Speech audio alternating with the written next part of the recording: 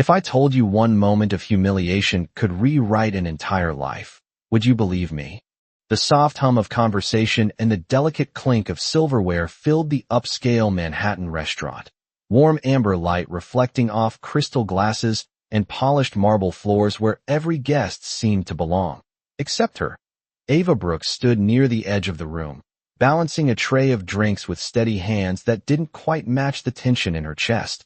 Her uniform pressed, but worn at the seams. Her shoes carrying the quiet evidence of double shifts and long nights, invisible to most eyes but not to the ones that mattered.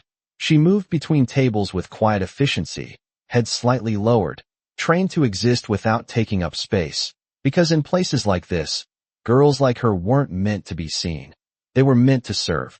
Then came the voice, sharp, amused, cutting through the room like it owned the air itself. "Hey, you, waitress," Ethan Carter said, leaning back in his chair with effortless confidence, his tailored suit fitting like it had been made for power.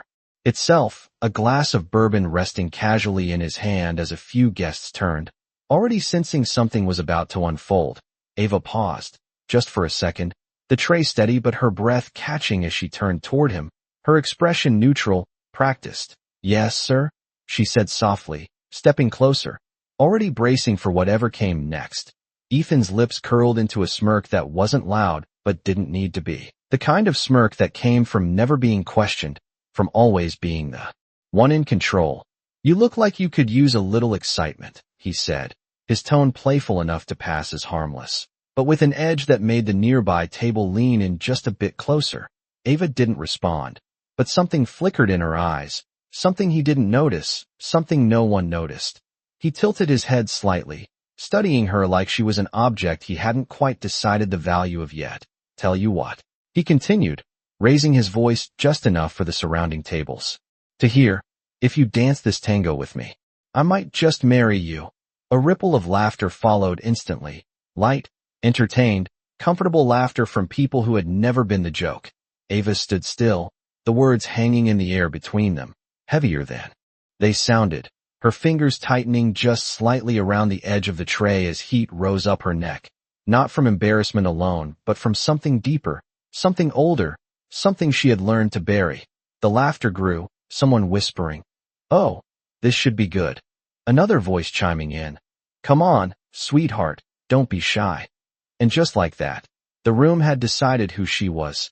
Entertainment, a moment, a story they could laugh about later over dessert. Ethan watched her closely. Now, expecting her to laugh it off, to walk away, to shrink like most people did when faced with him, because that was how this always went, because people like him didn't get challenged, they got obeyed or avoided. But Ava didn't move, not yet. Instead, the sound around her began to fade, the clinking glasses, the low conversations, even the laughter, all of it slipping into the background as something else rose to the surface, something she hadn't felt in years, a memory, sharp and vivid, the echo of music, the weight of rhythm in her bones, the feeling of a polished floor beneath her feet, the way movement once felt like freedom instead of survival. Her heart started to beat louder, not from fear now, but from recognition. She slowly set the tray down on the nearest table, the soft thud barely noticeable to anyone but Ethan, whose smirk faltered just a fraction, curiosity replacing certainty. Ava straightened, her posture shifting in a way that didn't belong to a waitress anymore, her chin lifting just enough to meet his gaze fully for the first time. And in that single moment, something in the room shifted, subtle but undeniable. "You said tango," she asked, her voice calm, steady, carrying a weight that didn't match the role they had placed her in. The laughter softened, replaced by a curious silence as eyes turned back to her, this time not entirely dismissive. Ethan raised an eyebrow, intrigued now, leaning forward slightly as if he had just realized the game might not go exactly the way he planned. "That's what I said," he replied, a hint of challenge creeping into his tone. Ava nodded once, slow and deliberate, then stepped into the open space between the tables, not asking for permission, not waiting for approval, just moving as if the room belonged to her now. The music hadn't changed yet, but something else had. The attention, the energy, the balance of power, and for the first time that night, Ethan Carter wasn't entirely sure he was still in control of it. For a second, no one moved. Not the servers, not the guests, not even the musicians tucked in the corner of the room, as if the entire restaurant had been placed on pause, waiting to see whether this was bravery or a mistake. Ava stepped into the open space with quiet precision, her worn shoes brushing against the polished floor that had never been meant for someone like her. Yet somehow, in that moment, it felt like it belonged to her more than anyone else in the room. Ethan rose slowly from his chair, the faint scrape barely audible, his eyes fixed on her now, not with amusement, but with something sharper, something that looked a lot like uncertainty. And as he approached, the air between them shifted again, the earlier laughter dissolving into a tense silence that wrapped around every table. "You are serious," he said, his voice lower now, almost careful, as if he was testing the ground beneath him. Ava met his gaze without hesitation, her expression steady, unreadable. "I do. Not play games," she replied, her tone calm, but carrying a quiet weight that made a few people glance at each other, unsure of what they had just witnessed. Ethan let out a short breath, something between a chuckle and disbelief, but he did not step back, instead extending his hand, not as a command this time, but as an invitation he was no longer certain would be accepted. Ava looked at his hand for a brief second, then placed hers in it, her fingers firm, controlled, not yielding, and in that instant, something passed between them, something unspoken, a silent acknowledgement that this was no longer his stage alone. The musician in the corner hesitated, then adjusted the rhythm, a slow, deliberate tango beginning to fill the room, the deep notes of the music settling into the space like a heartbeat. Ethan moved first, leading with practiced confidence, but Ava did not follow the way he expected. She matched him, step for step, her movements sharp, precise, as if the music lived inside her rather than around her. A murmur rippled through the crowd, subtle at first, then growing as people leaned forward, their expressions shifting from amusement to surprise. Ava's posture transformed completely, her shoulders squared, her chin lifted, every movement intentional, controlled, elegant in a way that could not be learned overnight. Ethan's grip tightened slightly, not out of dominance, but out of focus, his attention narrowing entirely on her now as he realized something he had not anticipated. She was not trying to keep up with him, she was challenging him. The rhythm deepened, their steps quickening, the space between them shrinking and expanding with each turn, each pivot, each pause that held just long enough to command attention before breaking again into motion. The room had gone silent now, completely silent, no clinking glasses, no whispered comments, only the sound of music and the sharp echo of their steps across the floor.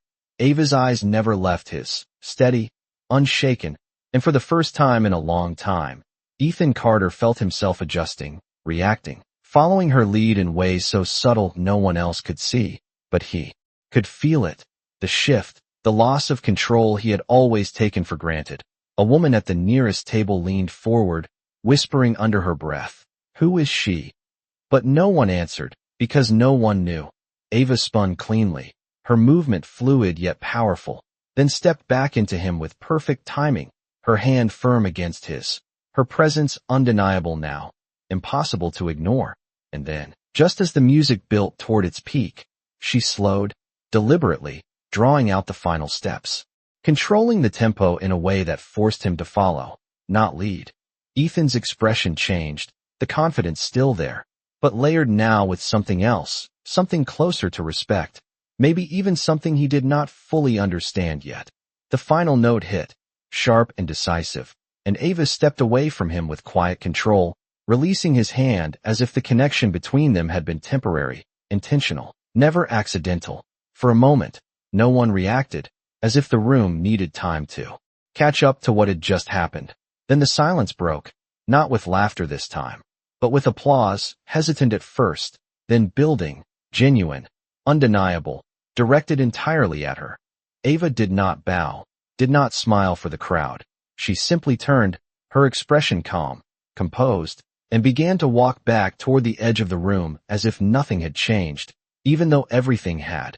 Ethan remained where he stood, watching her, the noise around him fading into the background again, But this time not because he was in control of it, but because he was no longer paying attention to it. "Wait," he said, his voice cutting through the applause, not loud, but enough to stop her mid-step. Ava paused, slowly turning back to face him, her gaze steady, giving nothing away. Ethan took a step forward, something in his posture different now, less certain, more deliberate. "You did not answer the question," he said, the faintest trace of a smile returning, but it was no longer mocking, no longer careless. Ava raised an eyebrow slightly, her voice calm, almost quiet, but clear enough for him to hear every word. "What question is that?" she asked. Ethan held her gaze, the moment stretching between them, charged in a way that had nothing to do with the dance anymore. "If I would marry you," he said. Ava's lips curved just slightly. Not quite a smile, something sharper, more knowing, and she took a small step closer, close enough that only he could hear what came next. "You do not marry someone you try to embarrass," she said softly, her tone even, unshaken. "And I do not dance for men like you." And with that, she turned again, walking away, leaving him standing in a room full of people who were no longer laughing, no longer entertained, but watching, wondering, and for the first time that night, Ethan Carter was the one being seen in a way he could not control. The applause followed her only for a moment before it began to fade, not because it was undeserved, but because Ava Brooks did not stay to receive it. She moved through the restaurant with the same quiet control she had carried before, picking up her tray, adjusting her sleeve, returning to the version of herself the world expected, except something had shifted, something no one could unsee. Whispers replaced laughter now, low and uncertain, as guests leaned toward one another, trying to make sense of what they had just witnessed. "She is just a waitress, right?" someone asked, while another shook their head slowly. "No, not just." And across the room, Ethan Carter remained still for a second longer than anyone expected, his eyes tracking her every step as if letting her walk away felt like losing something he had not even realized he was holding. Then he moved, not back to his table, not to his drink, but toward the manager standing near the entrance, a man who suddenly looked very aware of the shift in atmosphere. "Who is she?" Ethan asked, his tone calm, but carrying an edge that did not invite hesitation. The manager straightened immediately, forcing a polite smile that did not quite reach his eyes. "Just one of the staff, sir." "Ava. She has been here about 8 months, he replied carefully, as if choosing each word mattered more than usual. Ethan glanced back toward her, watching as she delivered drinks to another table, her movements once again seamless, professional, as if nothing extraordinary had just happened, and yet he could not unsee the precision, the confidence, the way she had taken control of an entire room without raising her voice once. 8 months, he repeated under his breath, more to himself than anyone else, then turned slightly. "Make sure she is taken care of," he added, his voice lower now, less commanding, more thoughtful, before walking back toward his table, though he did not sit right away. Ava felt his eyes before she saw him again, that familiar awareness settling in her chest as she moved past his table, but she did not stop, did not look directly at him. She had already said everything she needed to say. Still, the air between them remained charged, unfinished. One of her co-workers leaned in as she passed behind the service station, eyes wide with a mix of excitement and disbelief. "Girl, what was that?" she whispered, barely containing her reaction. "Do you even know who that man is?" Ava placed the tray down with steady hands, reaching for a glass cloth as if the question did not matter. "Yes," she said quietly, her voice even. "He is a man who thought he could turn me into a joke." Her co-worker blinked, clearly expecting something different, something softer. But Ava did not elaborate. She simply continued working, because survival had taught her one thing: never let a moment, no matter how powerful, distract you from what still needed to be done. Across the room, Ethan finally sat down, but his attention was no longer on the business conversation that had filled his evening before. The voices around him blurred into background noise as his mind replayed the dance, not just the steps, but the way she had looked at him, the way she had spoken, the refusal to be reduced to what he had assumed she was. "You are distracted," his associate said, breaking through his thoughts, but Ethan did not respond immediately, instead reaching for his glass, pausing halfway, then setting it back down untouched. Do you ever realize you were wrong about someone the moment it is already too late? He asked, almost absent-mindedly. His associate frowned, clearly confused. I do not follow. But Ethan only shook his head slightly, his gaze drifting back to Ava again. She moved through the room with the same quiet efficiency, but now every step carried a different weight, not heavier, but clearer, as if she had reclaimed something she had once lost and had no intention of giving it up again. The rest of the evening continued, but not in the same way. The energy had shifted, the balance had changed, and even those who tried to return to their conversations found themselves glancing in her direction, curious, uncertain, maybe even a little uncomfortable with how quickly their assumptions had been proven wrong.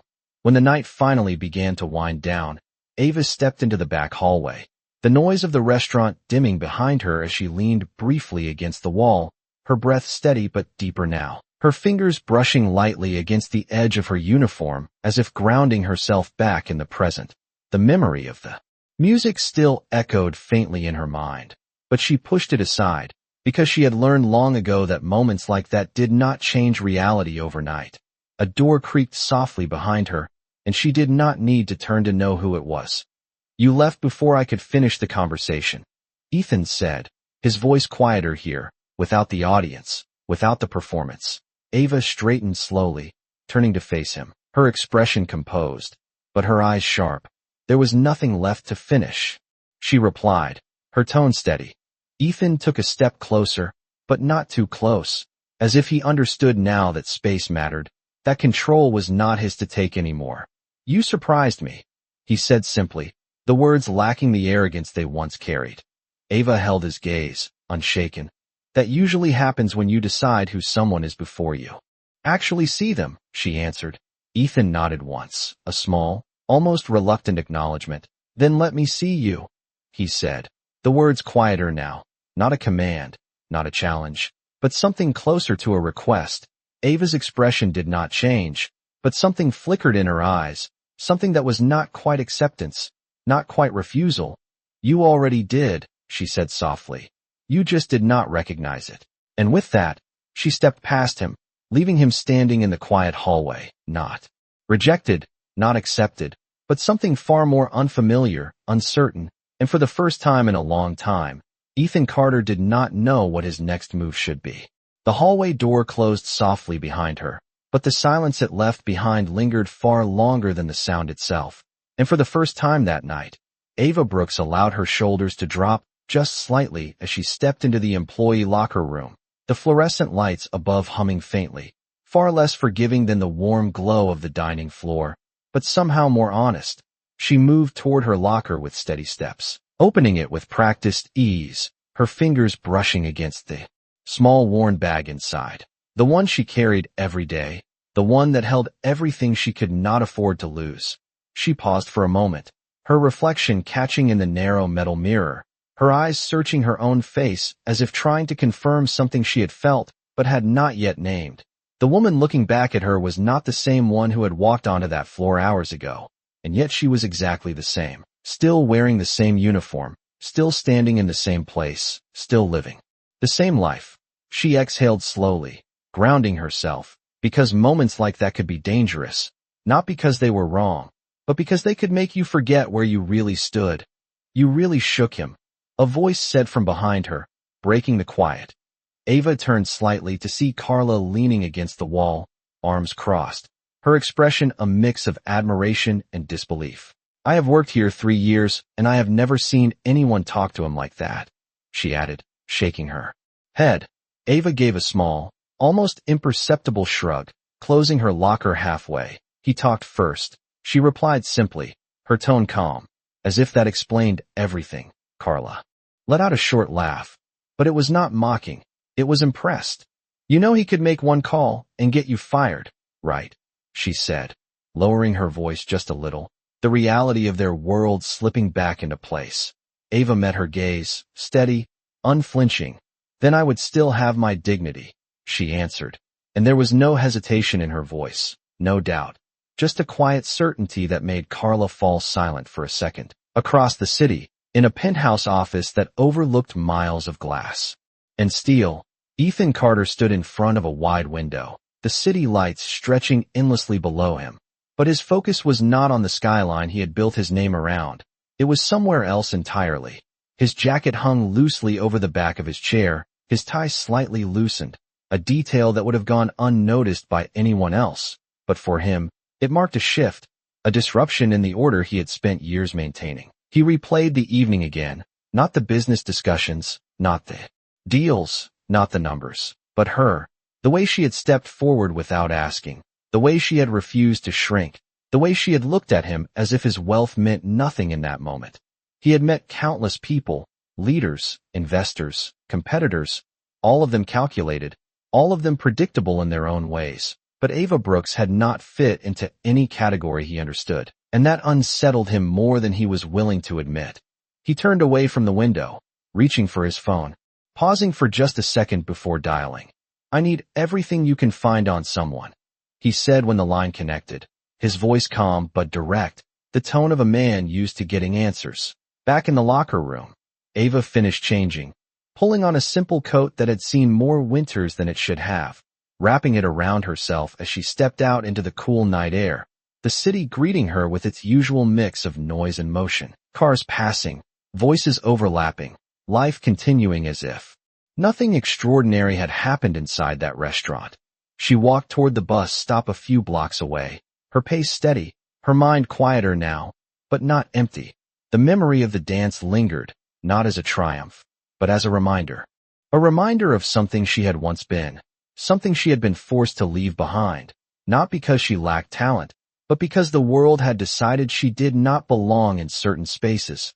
She reached the corner, the streetlight above casting a pale glow across the sidewalk, and for a moment, she closed her eyes, just for a second, letting the cool air settle around her, grounding her in the present.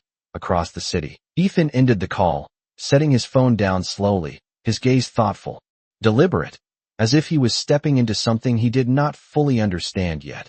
He did not know what he expected to find, but he knew one thing clearly.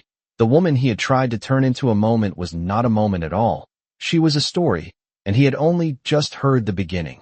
Back at the bus stop, Ava opened her eyes as headlights approached in the distance, the familiar sound of the city pulling her back into motion, and as she stepped forward, blending back into the rhythm of a life that demanded resilience every single day. She did not know that somewhere, someone had decided to look deeper, to question what they thought they knew, and that decision, quiet as it was, had already begun to change everything. The bus doors folded open with a tired hiss, and Ava stepped inside without hesitation, dropping a few worn bills into the fare box before moving toward the back, her coat wrapped tightly around her as the city lights blurred past the window beside her. She chose a seat near the corner, one she had taken so many times it felt almost assigned, and leaned back just enough to let the rhythm of the ride settle her thoughts. But tonight, the rhythm did not quiet her the way it usually did. The music from earlier still lingered somewhere deep, not loud, not overwhelming, just present, like a memory that refused to fade.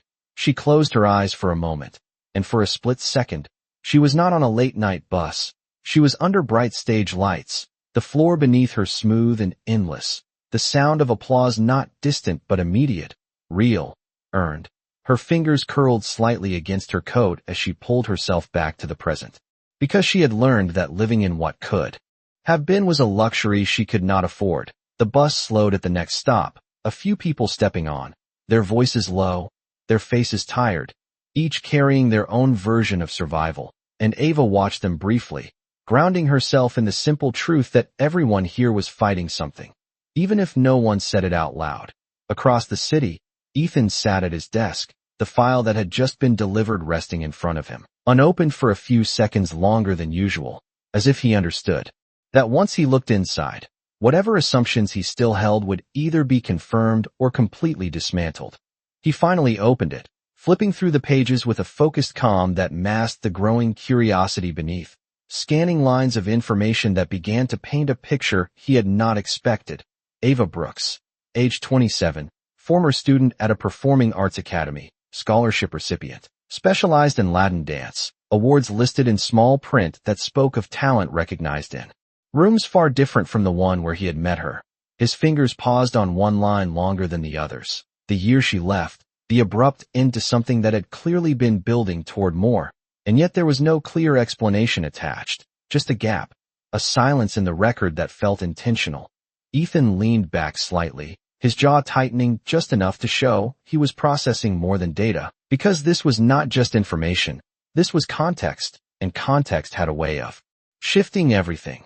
Back on the bus, Ava opened her eyes as the vehicle turned onto a quieter street, the buildings smaller now, the lights dimmer, the kind of neighborhood where no one pretended things were perfect, where reality did not hide behind polished surfaces.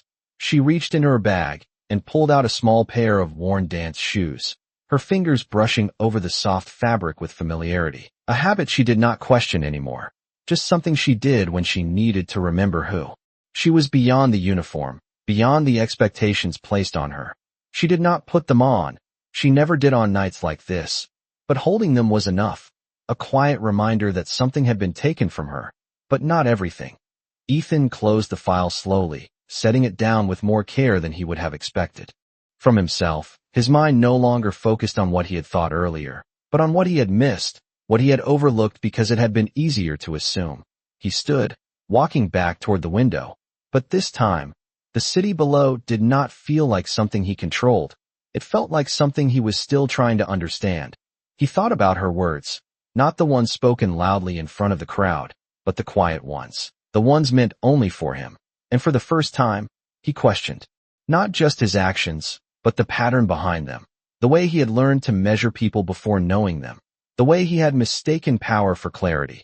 The next morning arrived without ceremony, the city waking up the way it always did, fast, indifferent, moving forward whether anyone was ready or not. Ava stood behind the counter again, tying her apron with the same routine precision, her expression calm, focused, as if the night before had not happened at all, but there was a difference, subtle but real, in the way she held herself, in the way she met her own reflection in the small mirror near the back. Carla watched her for a moment, then shook her head with a small smile. "You are different today," she said, not accusing, just noticing. Ava glanced at her briefly, then returned to her task. "No," she replied softly. "I am the same. People just saw it this time." And there was no pride in her voice, no need for validation, just truth.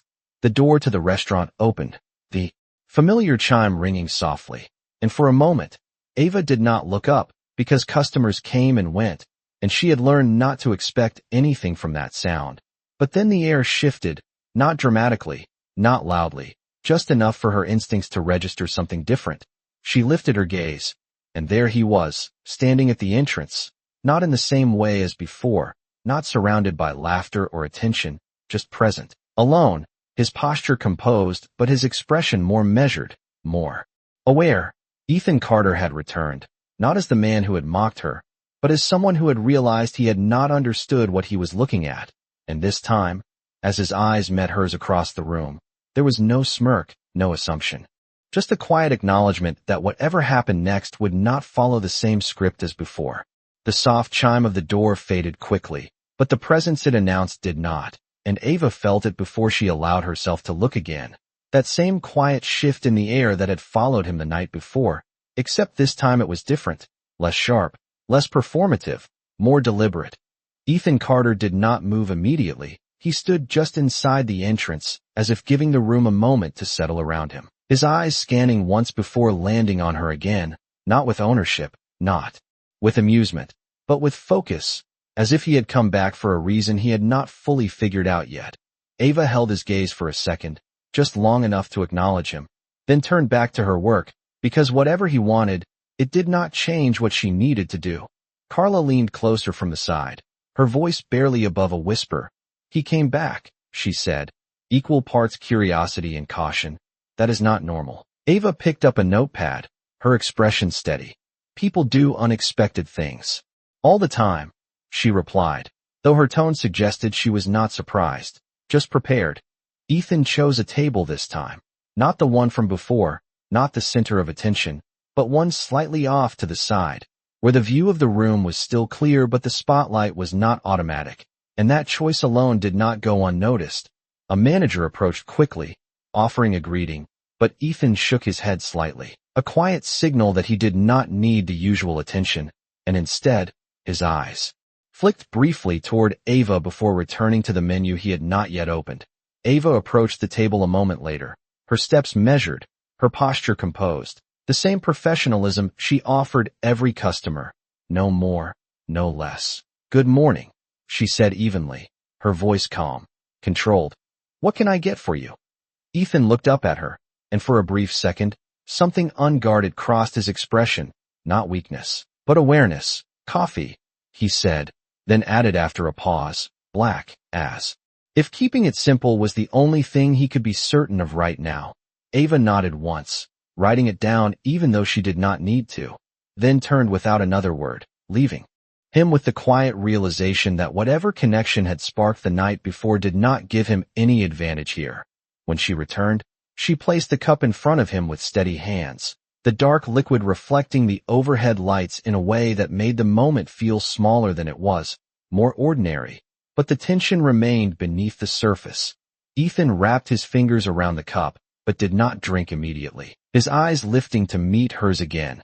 "You left before I could say something important," he said, his voice low enough that it did not carry beyond the table.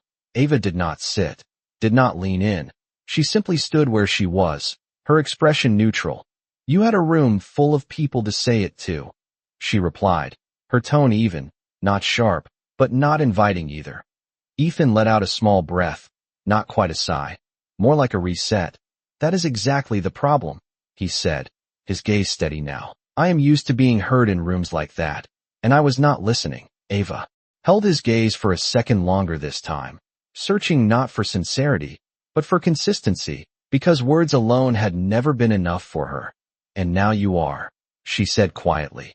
Ethan nodded once. "Now I am trying to," he answered, the honesty in his voice subtle but present.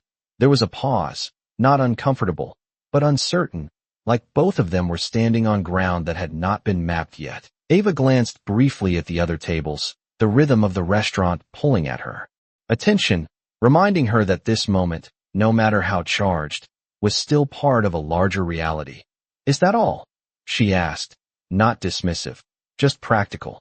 Ethan almost smiled, not the smirk from before, but something quieter, more self-aware. "No," he said, then hesitated just enough to show that what came next mattered. "I was wrong about you." The words hung between them, simple, direct, without decoration. Ava did not react immediately, because apologies, even indirect ones, were not new to her. They were often given when it was convenient, when it cost nothing, when the person offering them did not have to change anything afterward. She studied him for a moment, then spoke, her voice calm but grounded. "You were not wrong about me," she said, and his brow furrowed slightly, confused.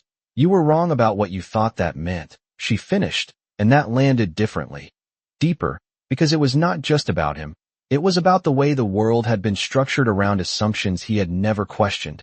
Ethan leaned back slightly, absorbing that, not arguing, not deflecting, just processing. And for the first time, silence did not feel like a loss of control. It felt like space to understand.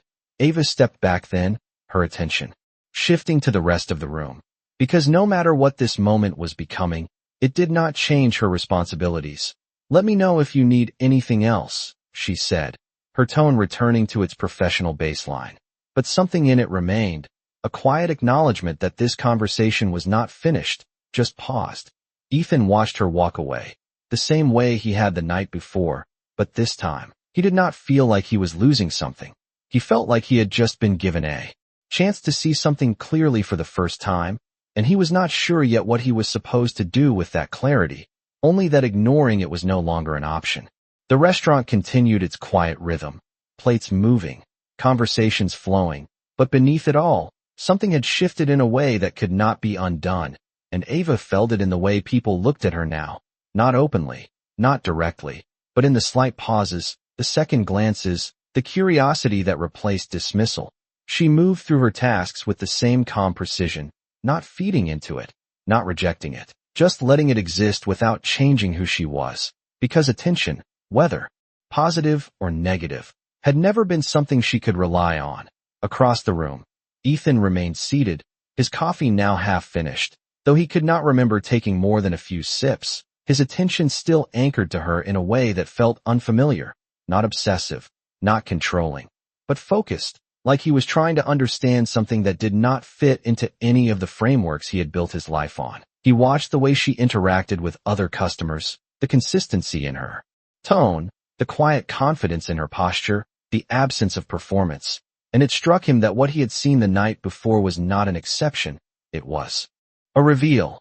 A businessman sitting at the next table leaned over slightly, lowering his voice but not enough to go unnoticed.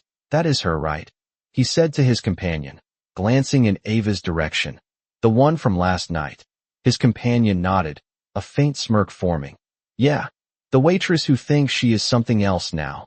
And the words hung in the air just long enough to reach Ethan's ears. He did not react immediately, but something in his expression hardened, not outwardly, not enough to draw attention, but enough to signal a shift, because this time, the dismissal did not feel normal, it felt wrong.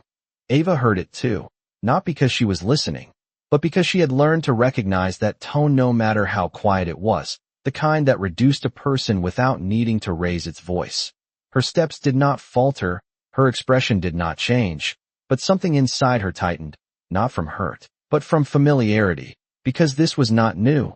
This was the world reminding her where it believed she belonged. Ethan set his cup down slowly, the soft sound against the table deliberate, controlled, and for a moment, he considered saying nothing, letting it pass the way he had allowed countless similar moments to pass before. But something stopped him, something that had begun the night before and had not settled since. He turned slightly toward the men, his voice calm, but carrying enough weight to cut through their conversation. "Or maybe she is exactly who she has always been, and you just did not notice," he said, not raising his tone, not making a scene, but making a point that did not invite dismissal. The men looked at him, surprised, their expressions shifting quickly from amusement to something more cautious, because they recognized who he was, even if they did not understand why he had spoken. Ava paused briefly at the edge of the table, not turning fully, but enough to acknowledge what had just happened, her eyes flicking toward Ethan for a fraction of a second before returning to her task, because recognition did not mean acceptance, and support, especially from someone like him, came with its own complications. Ethan did not look at her this time, not directly, as if he understood that what he had done was not something that needed acknowledgement, it was something that needed consistency. The moment passed, the conversation at the table shifting awkwardly before dissolving entirely, and the restaurant returned to its steady pace. But the balance had shifted again, subtly, quietly, in a way that could not be undone. Later, as the lunch crowd began to thin, Ava stepped into the back hallway again, not to escape, but to reset, the quiet space offering a brief break from the constant awareness required on the floor. She leaned against the wall for a moment, her eyes closing briefly, not from exhaustion, but from thought, because something about what had just happened did not sit easily with her. The door opened again, softer this time, and she did not need to look to know it was him.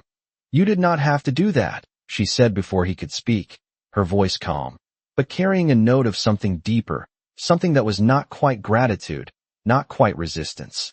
Ethan stepped into the hallway, keeping a respectful distance, his posture relaxed but intentional. "I know," he replied simply. Ava opened her eyes, turning to face him fully now, her gaze steady, searching.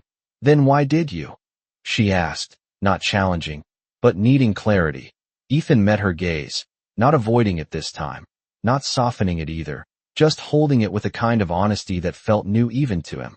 "Because I would have agreed with them yesterday," he said, the words landing heavier than anything else he had said so far.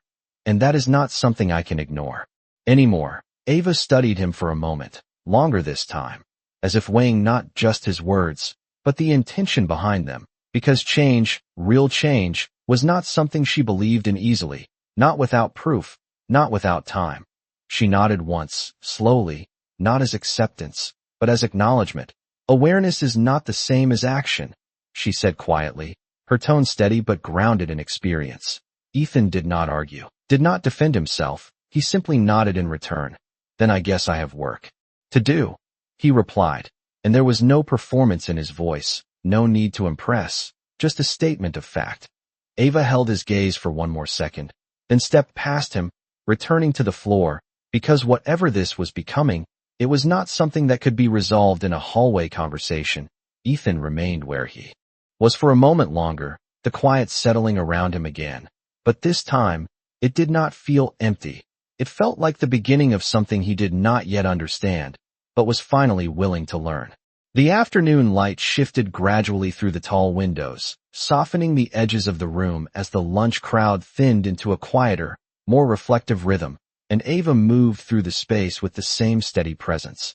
But inside, something was unsettled, not shaken, not broken, just aware in a way that made every moment feel slightly sharper. She could feel it in the way conversations paused when she passed, in the way some eyes lingered just a second longer than before, not all unkind, not all respectful, but all different, and difference, she knew, was never simple. At the same time, she felt something else, something quieter, harder to name, a shift not in the room, but in one person within it. Ethan Carter had not left, even as the restaurant slowed, even as his coffee had long gone cold. He remained at the same table, not watching her constantly, not making himself the center of anything, but present in a way that suggested intention rather than coincidence. Ava noticed it. Of course she did, but she did not react to it, not outwardly, because attention had never been the thing that defined her choices. Instead, she focused on what she could control, the orders, the timing, the balance of movement and stillness that had always kept her grounded.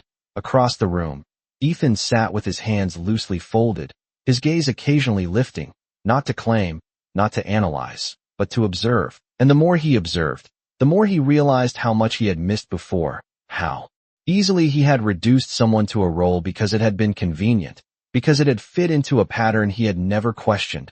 A woman at a nearby table waved Ava over, her tone polite, but edged with something subtle, something that did not quite settle right. "You are the one from last night, correct?" she said, her smile tight, controlled. Ava nodded once, calm. "Yes, ma'am," she replied.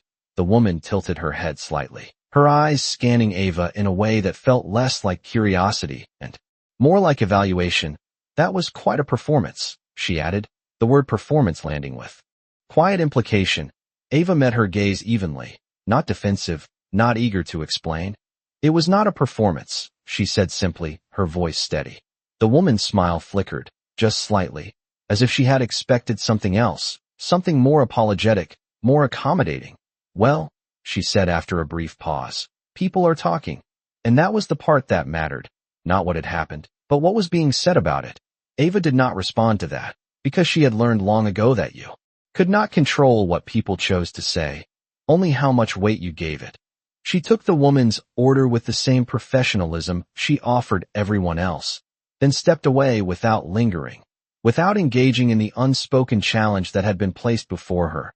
Ethan watched the exchange from a distance, not with anger, not with immediate reaction, but with a growing understanding of something he had never had to navigate himself. The subtle ways people framed others, the quiet lines drawn without being acknowledged. He stood after a moment, leaving cash on the table without looking at the total, not out of disregard, but because his focus had already shifted elsewhere. Ava felt him approach before she saw him. The same awareness from before, but this time it carried a different energy, less tension, more clarity. "Do you have a break soon?" Ethan asked, his voice calm, direct, but not imposing. Ava looked at him, her expression neutral, measuring not just the question, but the intention behind it. "Why?" she asked, not dismissive, just precise. Ethan held her gaze steady. "Because I would like to talk to you. Without all of this," he said, gesturing slightly to the room, the tables, the people, the expectations that filled the space. Ava considered that for a moment, not because she was uncertain, but because she was careful, because conversations outside of roles had consequences she had learned to anticipate. "I do not take breaks with customers," she replied evenly. Ethan nodded once, as if he had expected that answer, as if he respected it. "Then I will not be a customer," he said, the words simple, but carrying a shift in perspective that was not lost on her.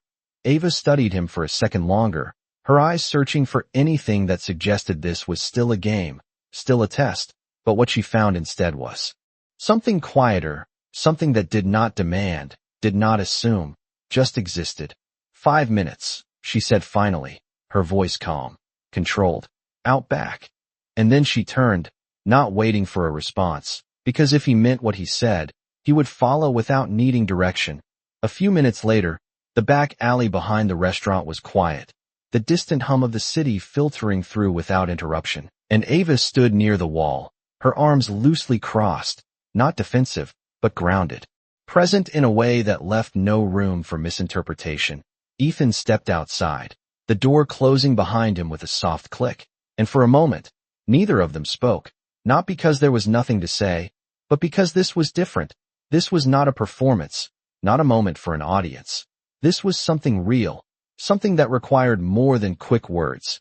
Ava broke the silence first, her voice calm, direct. "You said you wanted to talk," she said, her gaze steady on him, and there was no impatience in her tone, just clarity. Ethan took a breath, not because he did not know what to say, but because he understood that how he said it mattered. "I do not want to fix what happened," he began, his voice measured. "I cannot undo it." And Ava nodded slightly, because that was true, and truth, even simple truth, was something she valued. "But I do want to understand what I missed," he continued. And that was different. That was not about control, not about redemption. It was about awareness. Ava held his gaze, her expression unreadable for a moment. Then she spoke, her voice steady, grounded in something deeper than the moment itself. "You did not miss it," she said quietly. "You chose not to see it." And the words settled between them, not harsh, not accusing, but undeniable, because they spoke to something larger than just one night, something that had shaped both of them in ways neither could ignore anymore. The quiet of the alley did not break immediately after her words. Instead it settled deeper, heavier, as if what she had said had reached further than either of them expected, and Ethan did not respond right away, not because he disagreed, but because he recognized the truth in it, a truth that was not easy, not comfortable, but necessary. He exhaled slowly, his gaze dropping, for a brief moment before returning to her. "You are right," he said, his voice lower now, stripped of anything that sounded like defense. It was easier not to see, and there was no excuse attached to it, no justification, just acknowledgement. Ava watched him carefully, not softened by his agreement, but not dismissing it either, because recognition was a beginning, but it was not a resolution.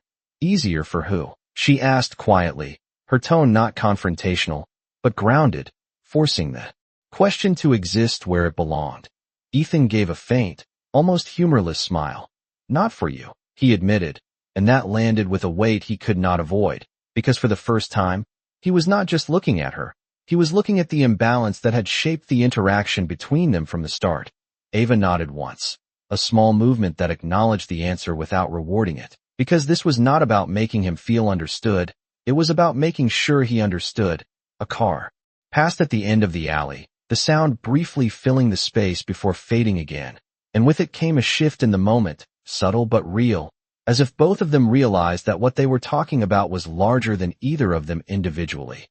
Ethan took a step closer, not invading her space, but closing the distance enough to show intention. "I read about you," he said, and the words were careful, measured, because he understood now that information could be a boundary, not just a tool. Ava's expression changed, not dramatically, but enough for him to see that something had registered, something more guarded, more aware. "You had someone look me up," she said, not surprised, but not impressed either. Ethan nodded, not hiding it. "Yes," he replied, and there was no apology in that, because he knew that part of who he was would not change overnight, but the way he used it could. Ava held his gaze, her posture steady. "And what did you think you would find?" she asked, her voice even, but carrying an edge of something deeper, something protective. Ethan did not answer immediately, because the truth was not simple, it was layered, it was uncomfortable. "I thought I would understand how someone like you ended up here," he said finally, and the phrasing itself revealed more than he intended. Ava caught it. Instantly, her eyes narrowing just slightly, not in anger, but in clarity. "Someone like me," she repeated, and the words did not rise, but they sharpened, reflecting the assumption embedded within them. Ethan paused, recognizing how easily old patterns slipped into new awareness. "I meant," he started, then stopped, because correcting himself without changing the meaning would not matter. "I am still learning how to say things differently," he admitted instead, and that honesty, imperfect as it was, held more weight than a polished response would have. Ava studied him for a moment, then spoke, her voice calm but firm. "You do not need to say things differently," she said. "You need to think differently." And that shifted the focus again, away from language, away from surface corrections, towards something deeper, something that could not be fixed with a careful sentence. Ethan nodded slowly, taking that in, not arguing, not deflecting, because he knew she was right, even if he did not fully understand how to do what she was asking yet. "You were good," he said after a moment, the words simple, but carrying a different kind of recognition now, not of the performance, but of the person behind it. "At the dance, I mean," he added, as if clarifying mattered. Ava's expression did not change much, but something softened just slightly at the edges, not because she needed validation, but because acknowledgement of truth, when it was real, did not threaten her. "I was better," she said quietly, and that was not arrogance. It was fact, a statement of something that had been taken, not lost. Ethan felt that, the weight behind those 3 words, the history they carried. "What happened?" he asked, not out of curiosity alone, but out of a growing understanding that this question mattered beyond him. Ava did not answer right away, her gaze shifting briefly past him, toward the end of the alley where the city continued without pause, because the answer was not simple, and it was not something she gave easily, not to anyone, especially not to someone who had just begun to see her clearly. "Life?" she said finally, the word broad enough to hold everything and nothing at the same time, and for a moment, that was all she offered. Ethan could have pressed, could have asked for more, but something told him that pushing now would undo what little progress had been made. So he did not. He simply nodded, accepting the boundary she had set without questioning it. A silence followed, not empty, but full of things unspoken, things still forming, and Ava glanced toward the door, aware of the time, aware of the world she still needed to return to. "My break is over," she said, her voice returning to its steady baseline, but something in it remained, something that acknowledged that this conversation, incomplete as it was, mattered. Ethan stepped back slightly, giving her space, not because he had to, but because he chose to.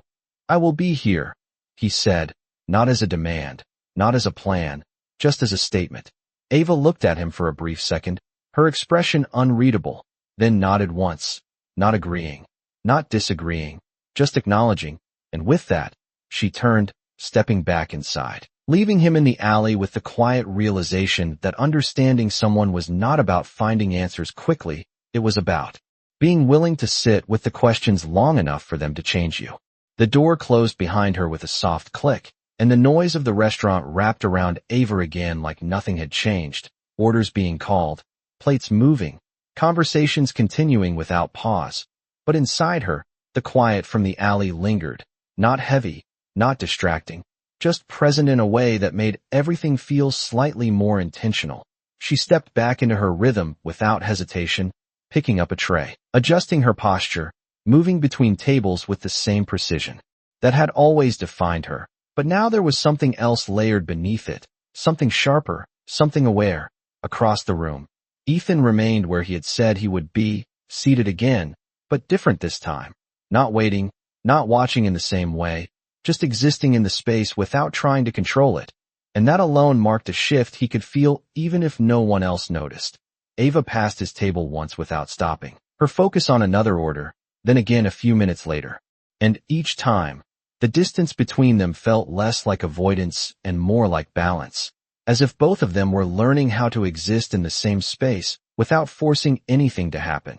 A group of new customers entered, their voices louder, their energy different, unaware of what had unfolded before them, and Ava had turned her attention to them, greeting them with the same calm professionalism, because whatever was changing in her life did not excuse her from the reality she still lived in. One of the men at the table, dressed sharply but carrying himself with a careless ease, glanced at her briefly, then leaned toward his friend with a half-smile. "You think she is the one everyone is talking about," he said, not bothering to lower his voice enough to hide it completely. Ava heard it. Of course she did. But she did not react. She simply wrote down their order, her pen steady, her expression neutral, because she had learned that not every moment deserved her energy. Ethan heard it too. And this time, he did not wait, did not hesitate. He stood and walked over, not with aggression, not with spectacle, but with quiet certainty, stopping just close enough to be heard without disrupting the entire room. "If you are curious, you can ask her directly," he said, his voice calm but firm, and the shift in tone was enough to silence the table immediately. The men looked at him, recognition flashing quickly, their posture adjusting, their earlier confidence fading into something more careful, and for a moment, no one spoke. Ava looked up at Ethan then, her expression unreadable, not surprised, not impressed, just aware, because this was not the first time he had stepped in, and she knew better than to assume what it meant. Ethan did not look at her, not seeking approval, not expecting anything. He simply held the moment until it passed, then stepped back, returning to his table as if nothing unusual had happened. The room settled again, but the pattern had changed, not dramatically, not loudly, just enough to be felt by those paying attention. Later, as the afternoon stretched toward evening, Ava found herself moving more slowly between tasks, not from fatigue, but from thought, because the consistency of his actions was beginning to register in a way his words alone never could. She had seen people apologize before, had heard promises of understanding, but consistency, especially from someone like him, was something she had rarely encountered. She stepped into the back again briefly, not for a full break, just a moment to breathe, and leaned against the wall, her eyes closing for a second as she let the quiet settle. The door opened behind her, softer this time, and she did not turn immediately, because she already knew. "You are doing it again," she said, her voice calm, not accusing, just observant. Ethan stopped a few steps behind her, giving her space. "Doing what?" he asked, though there was a hint of understanding in his tone. Ava opened her eyes, turning slowly to face him, her gaze steady. "Stepping in before I ask you to," she replied. Ethan considered that, his expression thoughtful. "I did not think you would ask," he said honestly. Ava nodded once. "I would not," she confirmed, and that was not pride, it was truth. Ethan exhaled lightly, as if adjusting his approach in real time. "Then maybe I should not," he said, not defensively, but as a realization. Ava studied him for a moment, then spoke, her tone still calm, but carrying more weight now. "Support is not about control," she said. "It is about respect." And the distinction was clear, because one assumed power, the other required understanding. Ethan nodded slowly, absorbing that. "Then tell me what respect looks like to you," he said. And this time, it was not a request for approval, it was a request for guidance. Ava held his gaze, considering not just the question, but whether she wanted to answer it, because teaching someone how to treat you was not a responsibility she took lightly. "It looks like letting me handle my own battles," she said finally, "and being there when I choose to let you in." And that shifted everything again, placing the control where it belonged, not with him, but with her. Ethan did not argue, did not try to redefine it, he simply nodded. "Then I will wait," he said, and there was no impatience in his voice, no expectation, just a quiet commitment to something he was still learning how to do. Ava watched him for a second longer, then gave a small nod, not agreement, not acceptance, just acknowledgement, and turned back toward the door, stepping into the noise of the restaurant again. But this time, the space between them felt different, not smaller, not larger, just clearer, as if both of them were beginning to understand where the lines were, and more importantly, why they mattered. The evening settled slowly over the city, casting a softer glow through the restaurant windows as the last wave of customers began to thin, and Ava moved through the final stretch of her shift with the same quiet precision. But there was a difference now, not in what she did, but in how she felt doing it. as if something that had once been buried deep beneath routine had surfaced just enough to remind her it was still there. She carried a tray past Ethan's table one more time, her pace steady, her gaze forward. But this time, she stopped, not because she had to, but because she chose to. And that choice alone shifted the moment. Ethan looked up, not surprised, but attentive, as if he had been waiting without expecting anything. Ava placed a glass of water in front of him, even though he had not asked for it, then met his eyes, her expression calm, measured. "You are still here," she said, her tone neutral but intentional. Ethan gave a small nod, a quiet acknowledgement rather than an explanation. "I said I would be," he replied. Ava studied him for a second, then spoke again. "Most people do not stay when things get uncomfortable," she said, not accusing, just stating something she had seen too many times to ignore. Ethan leaned back slightly, considering that most people do not realize when they are uncomfortable. He answered, and there was a subtle shift in his voice, something more reflective, less certain. Ava held his gaze, and for the first time, there was no immediate response, just a pause that felt less like distance and more like space. She nodded once, then gestured lightly toward the empty chair across from him, not as an invitation, but as a question without words. Ethan hesitated for the briefest moment, not because he did not want her to sit, but because he understood now that every step between them mattered, every action carried weight, and he did not want to assume anything that had not been offered. When she finally sat, it was with the same control she carried in every movement, her posture straight, her presence grounded, as if she was not entering his space, but allowing him into hers. The noise of the restaurant faded slightly around them, not completely, but enough that the conversation felt separate from everything else. "You asked what respect looks like," Ava said, her voice calm, steady. "This is part of it." And the meaning was clear. This moment, this choice, was not given lightly. Ethan nodded, his attention fully on her now, not distracted, not divided. "Then I am listening," he said, and for once, it did not sound like a habit, it sounded like a decision. Ava leaned back slightly, not relaxed, but composed. "You think this is about what happened that night?" She continued, her tone even. "But it is not." And that shifted the focus immediately, away from the event, toward something deeper. Ethan's brow furrowed slightly, not in confusion, but in concentration. "Then what is it about?" he asked. Ava held his gaze, her expression steady. "It is about what made that moment possible," she said, and the words carried a weight that extended beyond the two of them. Ethan absorbed that, the implications settling in slowly. "You mean the way I saw you," he said carefully. Ava shook her head slightly. "The way you learned to see people," she corrected, and that distinction mattered, because it was not about one mistake. It was about a pattern. Ethan exhaled quietly, leaning forward just a little, his hands resting on the table as if grounding himself in the conversation. "I do not know where that started," he admitted, and there was no pride in that, no defense, just honesty. Ava nodded once, not surprised. "Most people do not," she said. "That is how it continues." And her voice remained calm, but the truth within it was firm. For a moment, neither of them spoke. The weight of the conversation settling between them, not heavy, but real, something that could not be ignored or rushed. Then Ava shifted slightly, her gaze softening just enough to signal a change in direction. "You asked what happened to me," she said, bringing the conversation back to something more personal, more specific.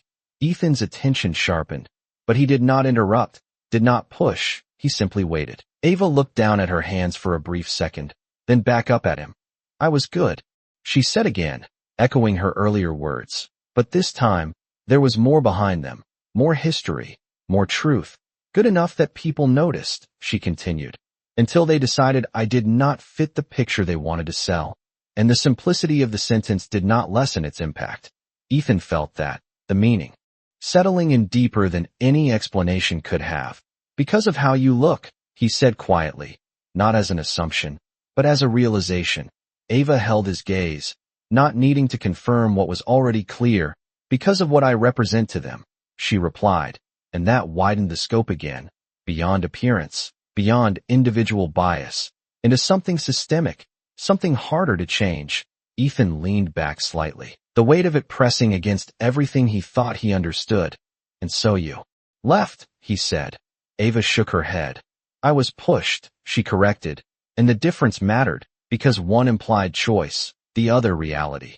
The silence that followed was different now, not uncertain, not cautious, but grounded in something shared, not experience, but understanding. Ava stood after a moment, the movement deliberate, signaling the end of the conversation for now, not because it was finished, but because it had reached a point that required time to process. My shift is almost over, she said, her tone returning to its steady baseline. But something remained, something that had not been there before. Ethan nodded, standing as well, not out of habit, but out of respect. Will I see you again? He asked, not as a demand, not as an expectation, just as a question. Ava looked at him for a second, her expression unreadable, then gave a small nod. Maybe, she said, and with that, she turned, stepping back into the rhythm of her world, leaving him with something he had not expected when he walked in, not an answer, not a resolution, but a perspective that had begun to change the way he saw everything around him. The night air felt different when Ava stepped out of the restaurant, not colder, not quieter, but clearer, as if something inside her had shifted just enough to make the world around her feel more defined. She pulled her coat closer around her shoulders, her steps steady as she moved down the sidewalk, the city lights reflecting faintly in the pavement beneath her feet, and for the first time in a long time, she did not immediately push the day away. She let it stay with her, not as a weight, but as a question. Across the street, traffic moved in its usual rhythm, people passing without noticing her, without knowing what had changed, and that was the part that felt most familiar. Because the world rarely paused for moments like hers. Behind her, the restaurant door opened again, and she did not need to turn to know it was him. The timing too precise, the presence too distinct. You did not say goodbye, Ethan said, his voice carrying just enough to reach her without forcing her to stop. Ava slowed slightly, then turned, her expression calm, composed, but not distant. I did not think that was necessary, she replied, her tone even.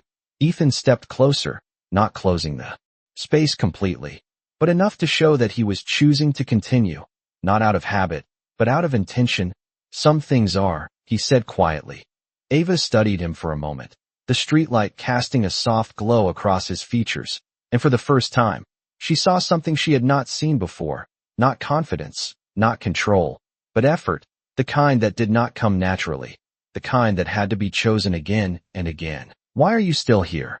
She asked, not because she did not understand, but because she needed to hear him say it. Ethan did not answer immediately, his gaze steady, thoughtful. Because I do not want to go back to seeing the world the way I did before, he said finally, and the words were simple, but they carried a weight that reached beyond the moment.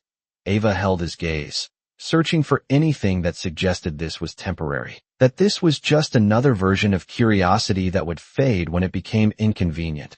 But what she found instead was something quieter, something more consistent, something that had been building since the night before. She nodded once, not in agreement, but in acknowledgement. That is not something you fix in a day, she said, her voice steady. Ethan gave a faint smile, not dismissive, but understanding. I know, he replied. That is why I am not trying to fix it.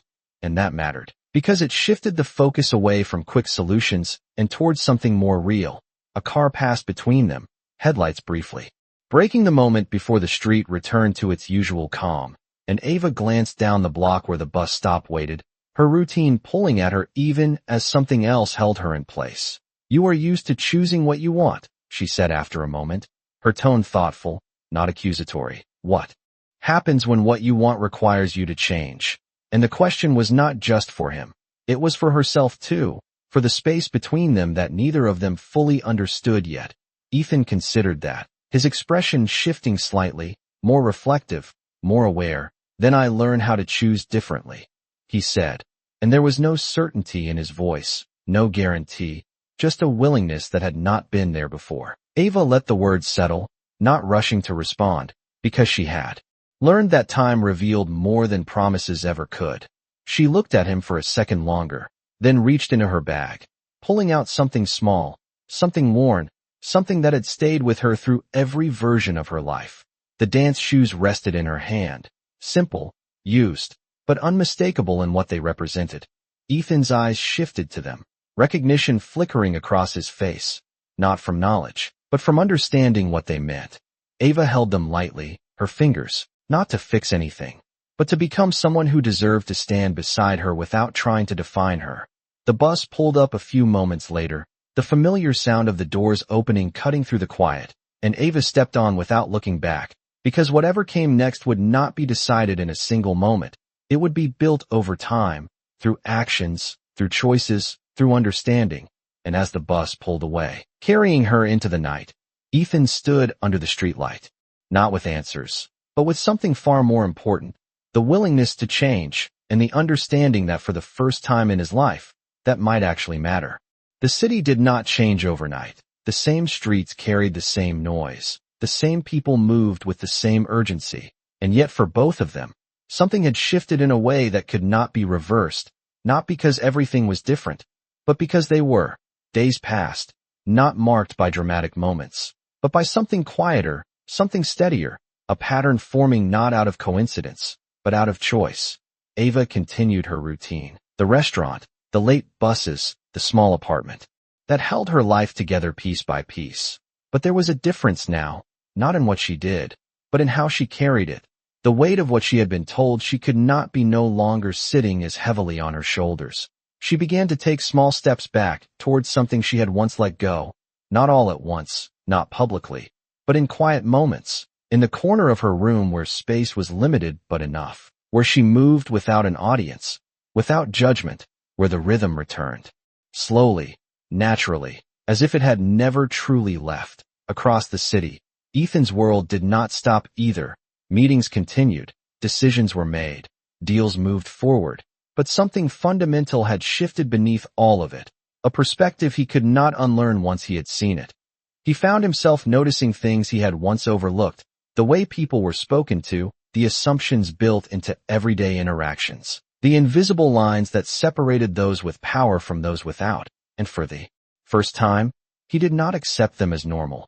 He changed small things first, the way he addressed people, the way he listened, the way he questioned decisions that had once seemed automatic, and those around him noticed, not immediately understanding, but recognizing that something was different.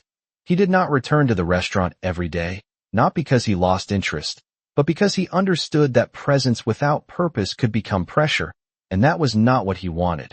When he did return, it was intentional, quiet, without announcement, and each time, Ava acknowledged him the same way, not with warmth, not with distance, but with clarity, as if their connection existed, but was still being defined.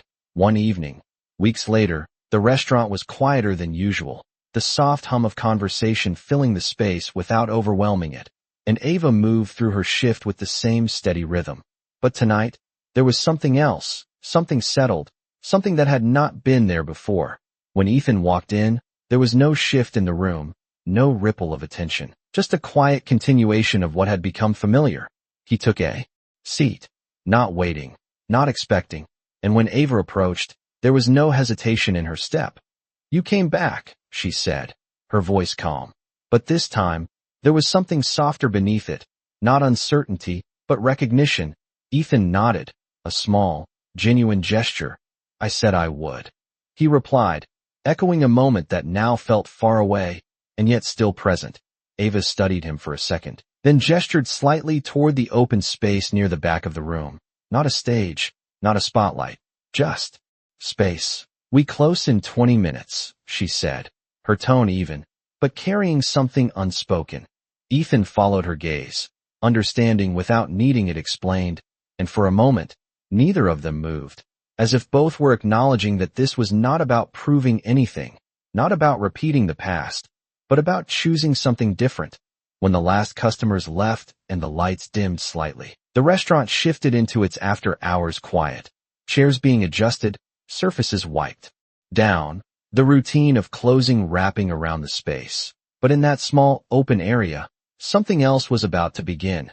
Ava stepped forward first, not waiting, not asking, her movements calm, controlled, her presence grounded in something she had reclaimed piece by piece. She looked at Ethan, her gaze steady, not challenging, not inviting, just clear. "This is not a bet," she said, her voice quiet but firm. Ethan met her gaze, nodding once. "I know," he replied, and there was no hesitation, no misunderstanding. The music was not loud, not formal, just a soft rhythm playing from a speaker in the corner, enough to carry the movement without defining it. And when Ava stepped into it, it was not the same as before, not sharper, not more dramatic, but deeper, more intentional, as if every movement carried meaning beyond the step itself. Ethan followed, not leading, not trying to match her, but learning, adjusting, allowing himself to exist within the rhythm rather than control it. And that was the difference, not in skill, but in understanding. The space between them shifted, not closing, not widening, but balancing. And for the first time, it was not about who held control, it was about sharing it. There were no eyes watching, no voices judging, just movement, just presence, just a moment that existed without needing to prove anything to anyone. When the music slowed and finally faded, Ava stepped back, her breathing steady, her expression calm, and for a second, neither of them spoke, because words would have reduced what had just happened into something smaller than it was. Ethan looked at her, not with awe, not with surprise, but with something clearer, something grounded. "Thank you," he said, and the words were simple, but they carried everything he had learned, everything he was still learning. Ava held his gaze, then gave a small nod, not because she needed his gratitude, but because she recognized the effort behind it. "Do you still think I needed to prove something?" she asked quietly, not challenging, just asking. Ethan shook his head slowly. "No," he said, his voice steady. "I think I needed to learn something." And that was the truth, not polished, not perfect, but real. Ava allowed the faintest hint of a smile to touch her lips, not wide, not obvious, just enough to show that something had shifted, not completely, not permanently, but enough. She turned then, moving back toward her. Things, the night settling around them once again. But this time, it felt different, not because everything had changed, but because something important had begun, something that would not be defined by a single moment, but by what came after it. And as they stepped out into the quiet city, side by side but not bound, separate but not distant, the space between them no longer felt like a divide. It felt like possibility, something neither of them could fully define yet, but both of them were finally ready to explore.